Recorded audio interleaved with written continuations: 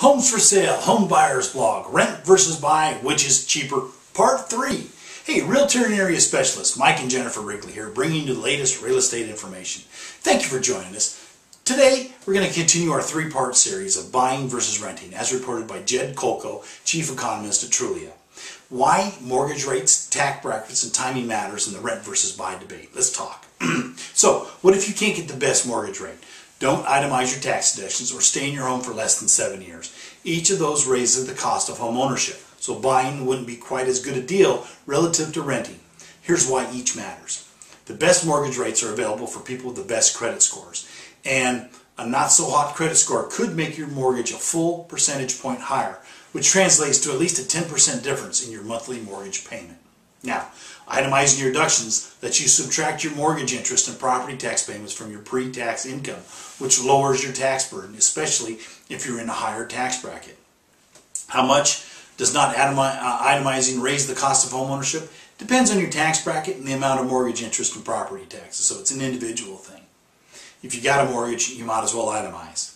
Now, selling a home in less than 7 years after buying it means that you're spreading your buying and selling costs over fewer years, making the average monthly cost of ownership a little bit higher.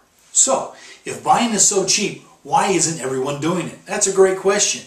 Home sales are still less than halfway back to normal, and the home ownership rate continues to fall. Doesn't make sense. The big obstacle holding back renters who want to buy is the down payment, even more than getting a mortgage. And keep in mind, in the metros where the cost of buying is less than half of what it would be to cost to rent over the long term, it still takes years to save enough for a down payment. It may be 56% cheaper to buy than to rent in Denver, for instance, but it takes more than 8 years to save enough for a down payment there.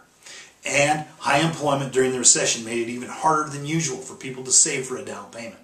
On top of that, people who lost their homes or took on lots of debt might not qualify for a mortgage. Now, bottom line, buying may beat renting in every metro by a wide margin, saving the consumers thousands of dollars, but buying still remains out of reach for many would-be homeowners.